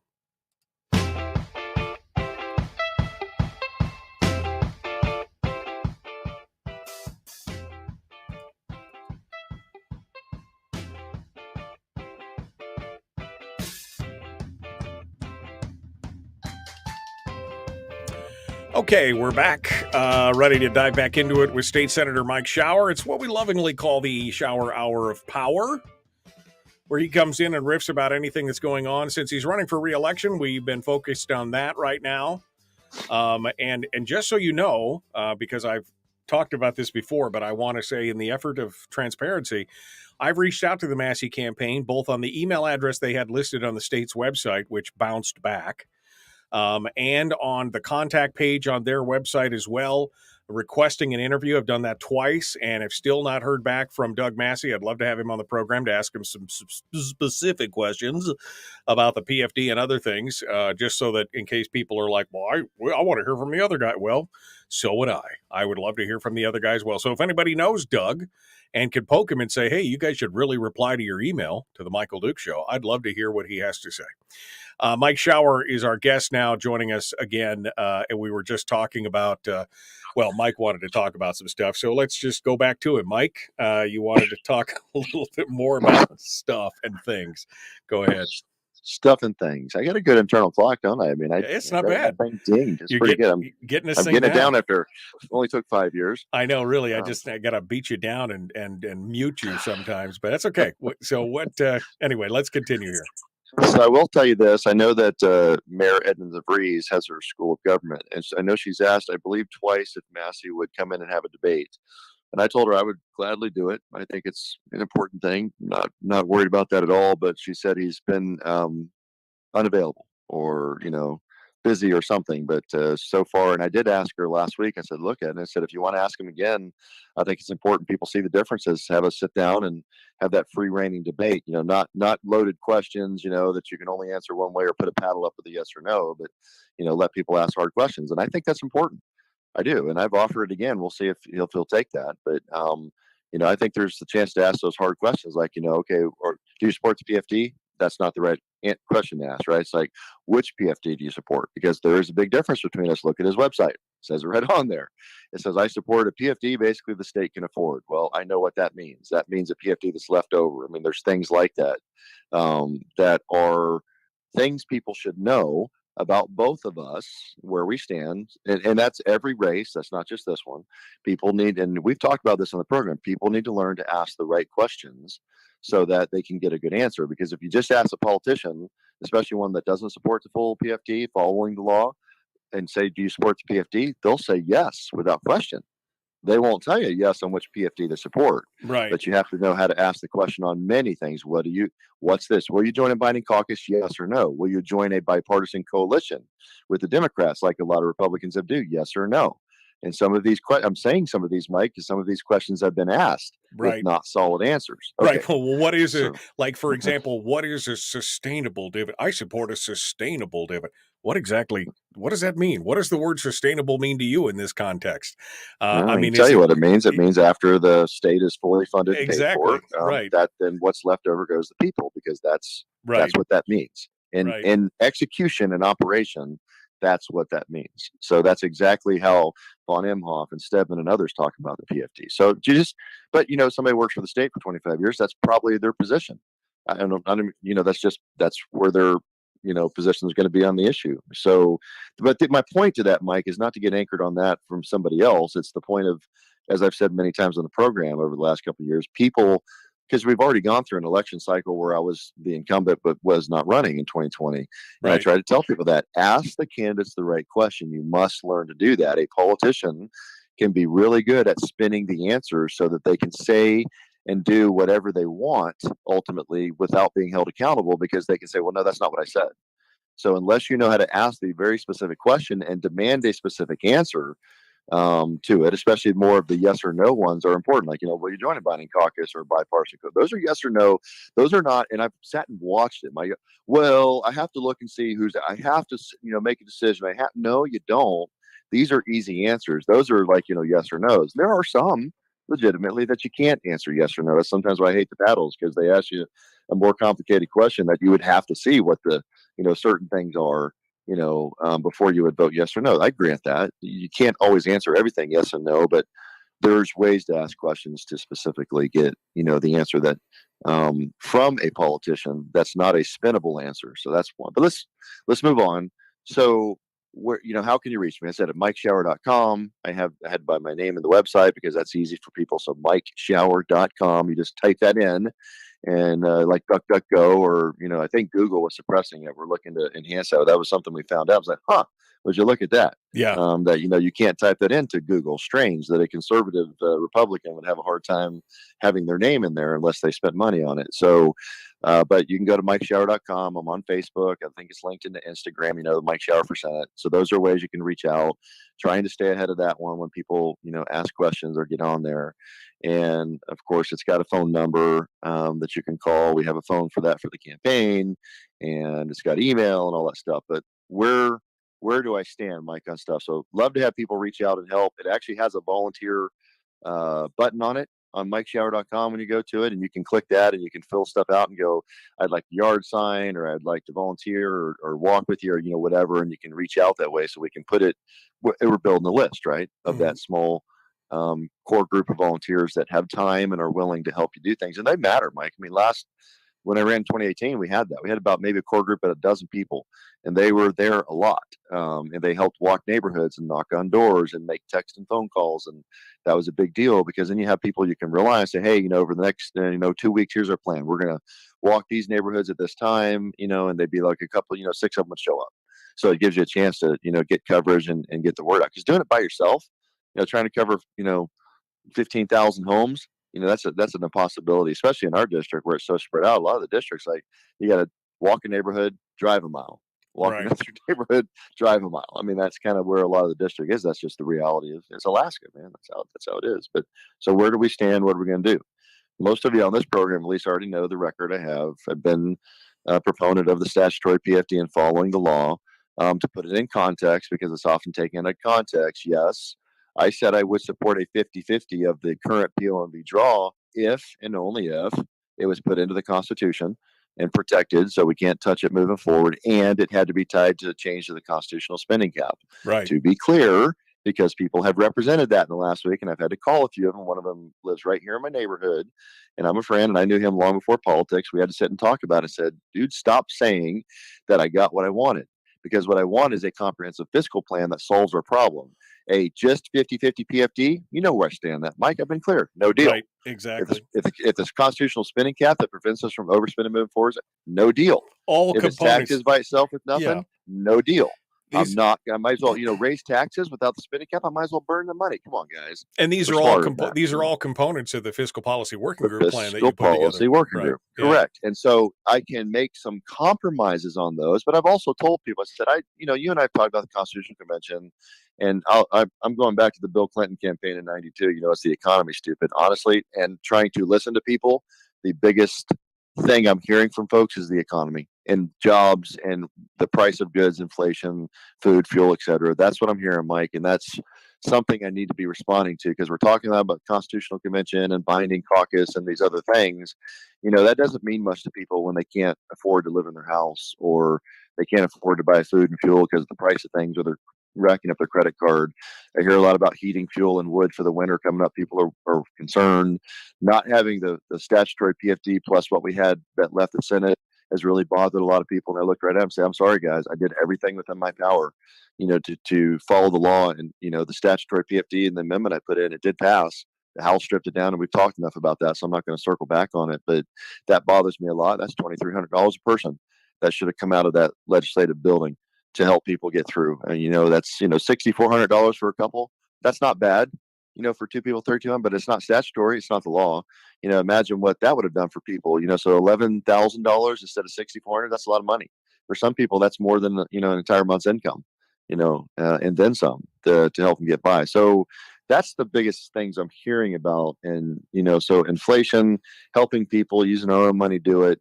That's a big deal. And of course, that's going to take us all the way into next year now in the next legislative session. But you guys know where I stand on that. Comprehensive fiscal policy that solves our problem, tries to put us on autopilot. I want to start building things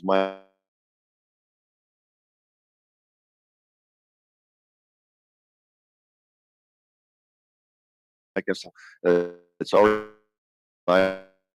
73 years of reserves that they know about, for just that one area, mining stuff. If we build a gas line, fine, as long as China's not financing it, right? There's a lot of things like that, but, back to the basics, what are we going to do? I'm hearing a lot about roads.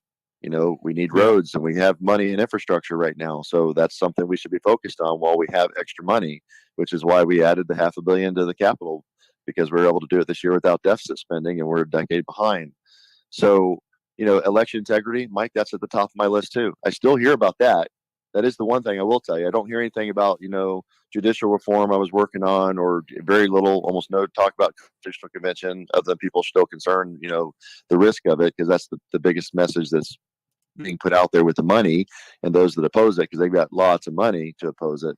But, I will tell you that election integrity, I still hear about. A lot of people are concerned, about, even looking at the last, Mike, how are you losing? You shouldn't be losing. Well, there's some reasons for that. So we talked about it. But I think those are the big things, Mike. It's the economy. It's putting the state on autopilot for how we budget. It's balancing the budget. Election integrity, I still think matters. I'm still going to work on those issues. I'm still going to work on judicial reform. Right. None of that's going to change. But I think that there are some basics we should be focusing on, because I think that's what matters to the people right now. And, when you are trying to survive, this concept of how we, choose our judges is not so important to you. So that's Right. something I have to listen Well, to, and quite frankly, we all should be it listening. goes back to it's the economy, stupid, right? I mean, there are other important issues, don't get me wrong, but the economy is definitely number one in the whole shooting match here. All right, hold the line. Mike Shower's our guest. When we get back, he wrote an article for Must Read back in July, which we really never got into. And I think it's appropriate time to bring it up now. Why Alaskans should want a citizen legislature. We will talk with Mike Shower about that here in just a moment. It is the Michael Duke Show. Common sense, liberty-based, free-thinking radio. We'll return to more right after this.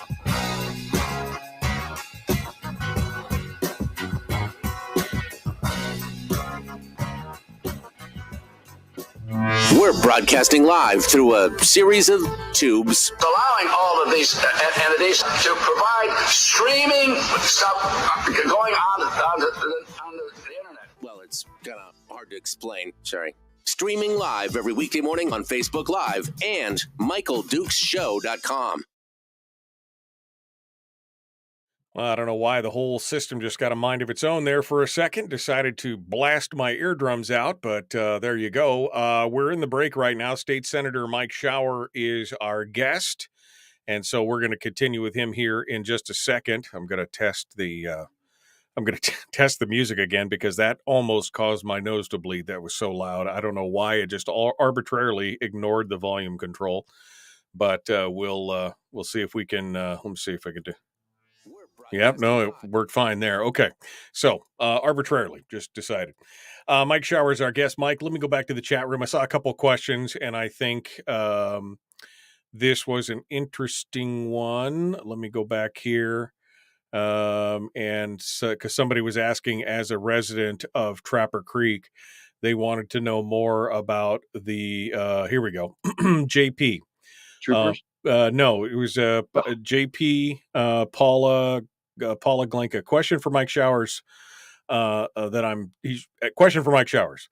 Did Trapper Creek Community Council know that you were attending their meeting? Had they known, perhaps they would have not canceled. Just a question from a concerned Trapper Creek resident.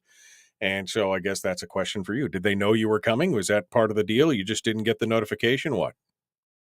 No, they, Mike, we try to go to as many as we can, but I think we've got a couple dozen in the district. And of course, some of them, like I said, are pretty far out there. We're centrally located, in the middle of the valley on the north side. So it's, like I said, 5-6 hours either direction. For us, it's about 2 hours, one way to Trapper Creek. So we just go based on when they put it out. And I talked to answer her question. I don't know if they knew specifically because my staff will reach out. I have one staff that lives in district and she'll go to anything that if I happen to be gone or, like if might be in session or other things happen, she'll go anyways to try to cover them. But even then, a lot of them end up on the same night, of course. And then you got multiples. Like that very night, she was doing the Houston Community Council and we were on our way to Trapper Creek. And that was a logical one because, Trapper Creek, it's harder to get to, farther distance. So I try to cover all of them at least a couple times a year in person if I can get there or I'm around because, then, of course, job and other stuff too and multiples. And so I was going to be Houston Founders Day on Saturday. We were there all night. So I'm like, all right, well, I'll see them on Saturday. So but when I got there, I went ahead and called the Trapper Creek president or community council president, and we chatted for a while because there was a list of issues, and we went through those. But he's like, they just ran out of people. I mean, right? People have lives and jobs, even on community councils, and they were having shorthanded a lot of work stuff, and they just couldn't get a quorum. So no biggie. Once we got to the community center there and realized that there was nobody there, we're like, oh, that's a bummer. Right. There's half a tank of diesel, price of doing business, but we just turned around and I called him on the phone and we chatted about it and listened to what was going on, and we'll try to catch the next one, if they can be here or around, or there's not another one to try to get to. Because that's the same thing, right? I go back to people like, Mike, you need to be here. I'm like, I know, but I needed to be in Trapper Creek as opposed to, Glen Allen for this one, kind of a thing. So you can't just go run around and hit them all in one night. They're just too far spread out, because all these towns have them. It was funny. I was talking to a guy yesterday and, I was going down to a meeting they had yesterday in Big Lake. But, he's like, well, we'll be at the family diner. And I'm like, okay. I'm like, which family diner is that? You know, because there's the one in Wasilla. He's like, no, it's the one at Big Lake. You know, you need to know the district. I'm like, well, no, I understand that. I said, but there's like a dozen family diners in my district. When somebody says the family diner, it could be this one or that one or that. Everybody says in their local community, the family diner. I get that, but it does. Right. There's like 3 or 4 of them just in this radius I'm talking about. When somebody says the family diner, I'm like, sorry, dude, but I need to know which one you I need to know specifically, yeah, which location which one is which, that yeah. family diner, right? It's like the local bank. Yeah. Like, okay, which one? Yeah, exactly. We're down. Look, we're down to 90 seconds, but I want to touch on this real quick. I know because you were big on, your election reform and everything else, and now you've seen this lawsuit about ballot curing. And I know that there's no provision in state law specifically for ballot curing, but is this something that is going to require legislative intervention, or is this something that Fanumii can do as a division of election director, where she can institute something like other states or the city of Anchorage has? Quickly. Well, believe it or not, Mike, as up as I try to be on the issues, I have been so busy putting up signs, walking neighborhoods, and talking to local businesses in the last week that I have not actually kept up with the news. So you're going to have to tell me for once, what the heck is this lawsuit on ballot carrying? I don't know. Oh, I haven't even looked at my computer for 5 days. Oh, yeah. The ACLU and Perkins Coie and Native something. Anyway, they filed a lawsuit about ballot curing and said that they demand that there be a ballot curing measure or provision for the November election. They're asking the courts to intervene. So, you know why they're doing that? Because they know very good and well that, and I've told you here, Democrats, liberals, progressives vote 2-1, mail in and absentee. Yeah. And conservatives vote 2-1, generally speaking, in person. And so they know that that's going to hurt them. I've talked about that. I said, you're the ones that put this system in. Okay. With what's going on with the rest of it. Ding. We'll talk on the radio. Ding. We got to go. All right. Back with more of the Michael Duke Show. Common sense, liberty-based, free-thinking radio. Here we go. Like and share.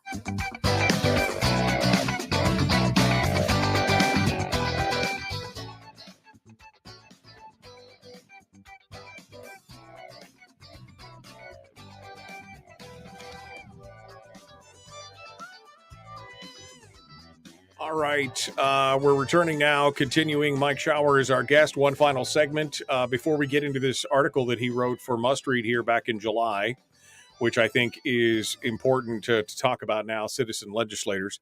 I was just talking with him about the lawsuit that we talked about earlier in the program this morning. There's a new lawsuit from ACLU and a variety of other organizations, including the Native American Rights Funds and Perkins Coie, who are representing the League of Women Voters and the Arctic Village Council, about the ballot curing process, that there is no ballot curing process in the state. And Fanumii made that announcement during, I think, the initial announcement for the special mail-in election, that there was no provision. And my question to Mike was, is that something that's going to require legislative action, or can it be done administratively or through regular, some kind of regulatory scheme? He wasn't sure, but he wanted to comment on it before we get to his article there. Mike, your thoughts on this? I can tell you flat out, it requires legislation because it requires money. It requires appropriation for this to happen, and it's going to take a change in the law. Guess what, Mike? In another twist of irony, had the ACLU and the Anchorage Daily News and a host of liberals and big union leaders and others not lambasted me for 2 years and blasted me for my election bill and actually supported us, do you know what was included in my bill? Ballot Would you like to take a guess? Ballot curing? Ballot curing. Yeah. You know what was in the bill that Chris Tuck and I had to work on bipartisan and step away from the further right and further left provisions because neither body would pass the other one, and people still gave me grief over. And then I was getting grief from people on the right. You caved. I'm like, you're right. I should do nothing. I should take my toys, go to my sandbox, and just sit there and play like some people do and do absolutely nothing. But we agreed on the provisions of the bill. Would you like to know what was in that bill? That bipartisan bill, Mike? Ballot curing. Yeah. Why do you hate other things? Look, Mike, why do you hate people? Why do you hate the poor? Why do you hate minorities? Why do you hate everybody? I mean, that's right. Mike, it was something that I thought that you look, even conservatives, some of them vote, senior citizens, military, and others would like the opportunity when they do use a absentee ballot or mail-in ballot, if they made a mistake, especially with ranked choice voting, which was one of the key things we knew going into this, was that you would like a chance for people that are going to do that to cure their ballot, because there's going to be a lot of mistakes made. Right. As we had multiple committee hearings in state affairs over this, right, we knew that we were going to have a high rejection rate, because that comes with ranked choice voting. Thank you very much, Alaskans for Better Elections. Right. The nationwide data is crystal clear. So you're going to toss out a whole bunch of people's ballots because they're going to make mistakes. If you don't have a provision to cure those ballots and give people a chance to fix it, you're going to toss their ballot. Right. Well, guess what, brother? Because they would not help us do that, because they lambasted us, because people made, very nasty comments back and forth about it. You don't have ballot curing. So Alaskans for Better Elections, Scott Kendall, Jason Grin, and all the rest of you, you get what you voted for or didn't vote for. And in this case, you don't have ballot curing. And Gail Fanami is 100% correct. There is no provision. It takes a change in the law, and it takes money. None of that was appropriated. None of that was done. Thank you very little. So, and this one, I have no sympathy for him, because I tried. Right. And we got it to almost to the finish line. But guess what? You can talk to the finance co-chairs in the Senate, Mike, because the bill that would have helped us finish this up, that Chris Tuck and I could have merged at the end, they stopped it. Right. 2 weeks from the end of the session, they stopped it, and they would not hear it again. We couldn't move it through. Especially after we heard from experts on ranked choice voting, like Fred Van Bennekom and others, that talked about the tremendous amount of basically discarded ballots, 12, 14%, primarily hitting the elderly, minorities, and the poor. There's 4 categories. Yeah. The elderly, it is minorities, it is English as a second language, and it's those with less than a high school education. Those 4 groups get disenfranchised sometimes in some ranked choice events that he reported on or studied as high as 30%. 30%, Mike. Think about that number. You toss out 30% of a minority group's ballots, and you're going to tell me that's an okay system? You want to talk about, suppression of somebody's votes, a group of votes? I can't think of a worse scheme than ranked choice voting. Absolutely. That's in the data, my friend. That's not hearsay. That's data. Let's get down to the story that you talked about, because I think this is important. You and I have talked about this off air before, and the importance of a citizen legislature, and that it is a sacrifice for many who are still working a job and doing other things. And not that you're complaining, but people have to understand the difference between a legislature that's filled with people who are basically retirees or independently wealthy, which is a lot of what we see, versus people who have day jobs and are still supporting their family, still trying to build their retirement. Let's talk about this quickly here. We got about 6-7 minutes. Yeah, it won't take too long. I mean, look, some people ask, Mike, some people are, trying to make light of the fact, well, I'm retired, so I can do a better job. I can be there all the time. Or, maybe you have somebody that's very, very wealthy, per se, that can just, afford a politician and part of the political class. That's what we create. And it's what I was trying to tell people. And a couple people suggested you ought to write an article, Mike. So you talk about it. You ought to put it out for people to see so they can read it and discuss why you would want a citizen legislature, why it's so critical. It's really, quite frankly, Mike, you go back and read some of the founding fathers of the nation, they discuss that, right? You should be in the farm fields working and having to do and toil, right, and survive like everybody else. And then you go to Washington, D.C., in the capital or state capital, and you do your legislative thing. But in your mind is knowing that, one, you have to go back into that economy that you're going to affect with your policies, laws, taxes, etc. But you're also having to talk to your neighbors and your coworkers and find out what's going on, the struggles. And I write about that, right? I mean, a wealthy person, a retired person that doesn't have to go do that, that's in a certain financial situation, or, is able to just hang out in the political bubble in Juneau and be influenced by big union leaders that comes through and, special interests and nonprofits all the time, that kind of stuff. Well, you start to get a certain mindset. But when you know that you have to go back when the session's over and work in the economy that you directly affect with your policies, that you have to go back and talk to your coworkers and your neighbors and friends and be involved in that, and it affects you directly and your family, well, that makes a difference, right? How you legislate, how you govern can be directly affected by what your bubble is, right? If you're just wealthy, you've got one set of concerns. A lot of it's probably going to be, I don't want to be taxed. I want to protect my family wealth. If you're retired, you have another set of concerns. But that group of legislators in a citizen legislature that must go back and still has to work for X amount of years in their life and has to be a part of that system, right? The average worker, most blue collar Americans, etc., that have to work every day and survive. It flavors your view of the world and what's happening. It keeps you very connected. And it keeps you, I think, out of that becoming a political elite, right? I mean, we have a political elite in this nation. There's no doubt. And we have a political class. And those are the ones that, a lot of them are the ones that go to DC, right? I mean, they sit there and they become a political class. Many of them serve for the better part of their lives. We have two prime examples of that in the state, Ted Stevens and Don Young. They served for most of their life in Washington, DC. And so it's very easy to become a career politician. And I think that a citizen legislature, as I wrote about in the article, it makes it very clear. A lot of legislators that are citizen legislators and still have to work, many of them don't do this for too long, Mike, because it hurts. It hurts financially, and it hurts time with your family. It's a lot of stress and extra pressure put on you from trying to step up and serve. And after a while, a lot of them just go, you know what, I can't do both forever. And I think that's important. It helps impose those term limits we talk about, right? I mean, we should have term limits should be the people. It's right? self-imposed term limits at that point, right. because you realize you can't afford to keep doing it. Correct. It puts those after a while, and I know this from talking to people, Mike. Some that got us said, "Man, I had to go back to work.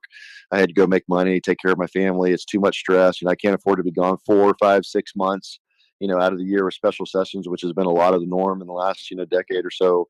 So it's really hard. That's okay.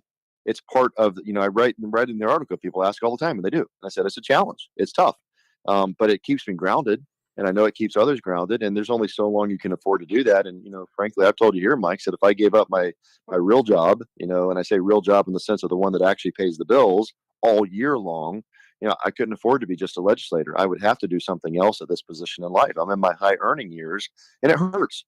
But that's service, right? That when you think about it, Mike, that's public service, being a public servant. Right. I shouldn't be making money off of this. I shouldn't be in a political class that's disconnected from the citizens that I serve and those that I work with. So I wrote that article to respond to some of the things that are being said by people about who should be serving, and that kind of stuff. But at the same time, I think it's important people remember that. Right. And think about who you want serving you. And I think you want look, having some wealthy and having some retired, there are. And there's nothing wrong with that. It's good to be represented, all groups.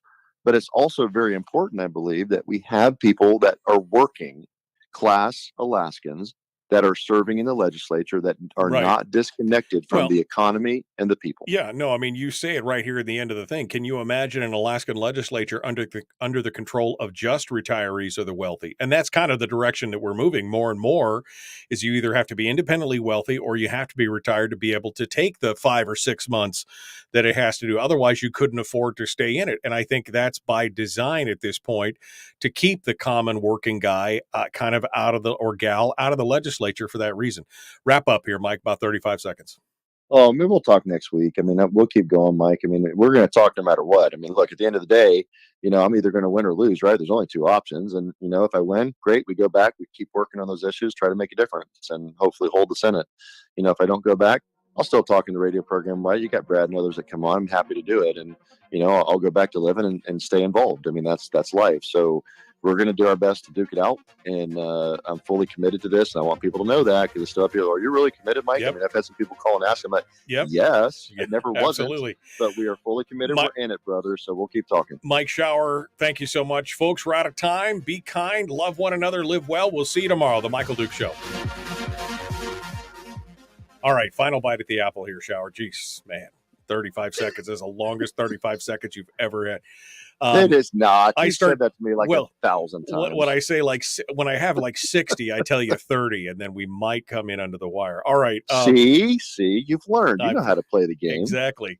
I jack the price up before I sell it at a deep discount. That's what I do. Okay. Final thoughts here, Mike Shower, on the way out the door here.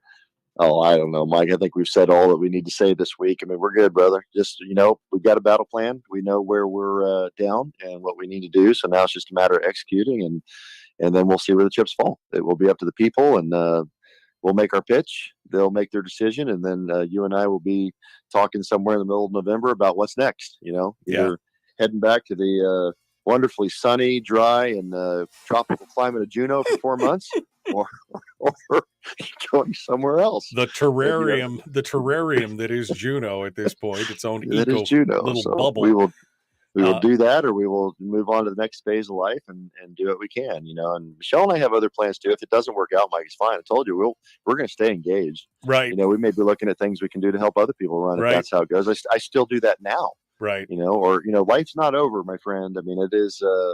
No matter where you are in life, you're not in politics forever. And, if the people do choose somebody else, Mike, that's term limits. Right. That is the way it's supposed to work anyways. Exactly. And I'm okay with that. So, hey, brother, we'll fight the fight. There's lots of things for you and I to do, whether we're in office or not, because there's a lot that's going on in this nation. And there's, 1,000 battlefronts in front of us to save this nation for our kids and our grandkids. And as you and I have talked about many times, my friend, that's why Michelle and I are stepping in the gap. Yeah. It ain't about us. It's about what we're leaving for our kids and our grandkids. That's what matters to us. Absolutely. Sandy in the chat room says, why don't you help Mike and have Massey on? As I said earlier, I've reached out to his campaign a couple times, 3 times, 4, whatever it is, including his official email that's on the state website, which goes nowhere, bounces right back. So I've tried. So if you know Sandy, if you know Massey, or if anybody knows Doug Massey and wants to invite him on the program, the door is always open. So it's always open to come on here. I would love to. I have some questions. Let me just say that I have some questions about that. So I would love to hear about that. Mike Shower, thanks, buddy. Appreciate it. Keep up the fight. Keep up the good work. And we'll see where we come here as we get closer to November. All right, my friend. We'll talk to you next Wednesday morning, as usual. Okay, good. We're on for next Wednesday. And maybe we'll forget this time. Don't leave me hanging. No, I'm not going to leave you hanging. Just bring your video stuff, man. Bring your thing. You got to get set up a studio in the basement. That's what you need to do. Sometimes you get stuck in the dungeon, Mike. It's just the way it goes. Exactly. All right, folks. I'm out of time for today. I've got a full day ahead of me. Tomorrow's another one. Still working on some guests. Don't have a full rundown yet, but we'll see what happens. Appreciate you coming in. We will see you tomorrow.